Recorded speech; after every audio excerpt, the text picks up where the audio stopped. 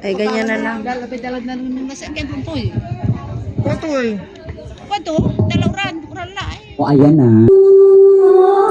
Once again, ladies and gentlemen, our number 10, Miss Jillian.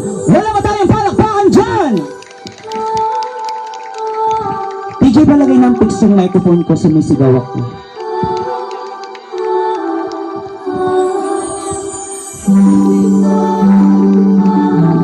Wala ba tayong palakpakan dyan, ladies and gents?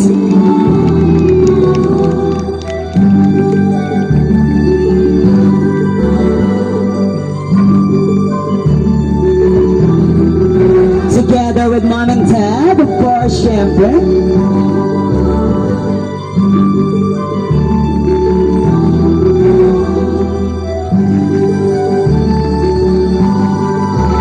Wala ba tayong palakpakan dyan?